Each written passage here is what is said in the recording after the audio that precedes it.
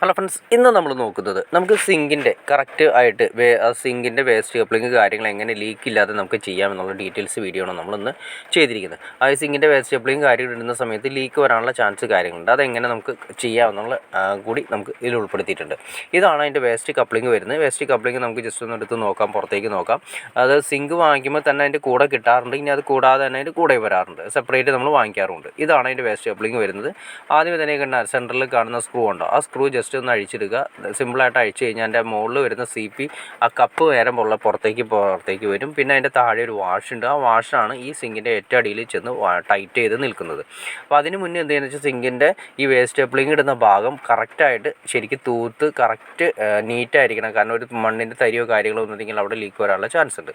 അപ്പോൾ നമ്മളിത് നീറ്റായിട്ട് ക്ലീൻ ചെയ്തതിന് ശേഷം അതിൻ്റെ മുകളിലേക്ക് വെക്കുക. പിന്നെ ഇത് കണ്ടോ, ഇതാണ് അതിൻ്റെ കപ്ലിങ്ങിൻ്റെ അടിവശമാണ് വരുന്നത്. ഈ വാഷാണ് വളരെ ഇമ്പോർട്ടൻസ്. ഈ വാഷ് കംപ്ലൈൻറ്റ് വന്നാലും ലീക്ക് വരാനുള്ള ചാൻസ് ഉണ്ട്.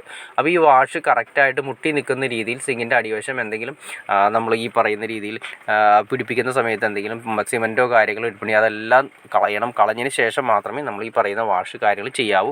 അതിന് ശേഷം ഇട്ടതിന് ശേഷം നമ്മൾ ഈ പറയുന്ന നെറ്റ് മുകളിലിട്ട് ടൈറ്റ് ചെയ്യണം. ടൈറ്റ് ചെയ്യുമ്പോൾ ശ്രദ്ധിക്കേണ്ട ഒരു കാര്യമുണ്ട്. നമ്മൾ ഉപയോഗിക്കുന്ന നല്ലൊരു ടൂൾസ് ഉണ്ട്. നമുക്ക് സിമ്പിളായിട്ട് തന്നെ കൈകാര്യം ചെയ്യാൻ പറ്റുന്നൊരു ടൂൾസാണ് നമ്മുടെ ഉളി.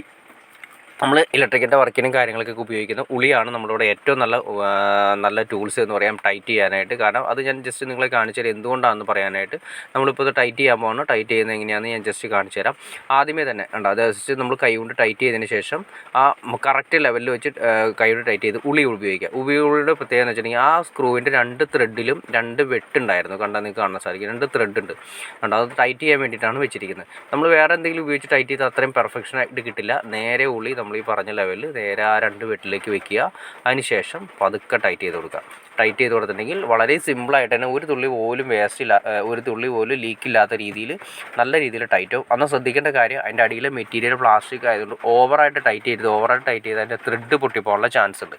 അപ്പോൾ ഇതിൻ്റെ ഉള്ളിയുടെ തുമ്പ് കണ്ടോ, ആ ഉള്ളിയുടെ തുമ്പ് നമുക്ക് കറക്റ്റായിട്ട് അതിൻ്റെ സെൻറ്ററിലേക്ക് 2 എൻഡിലും പിടിപ്പിക്കുക, നേരെ ടൈറ്റ് ചെയ്യുക. അപ്പോൾ ഒരു തുള്ളി പോലും അനങ്ങാത്ത രീതിയിൽ വളരെ പക്കയായിട്ട് ടൈറ്റ് ആകും.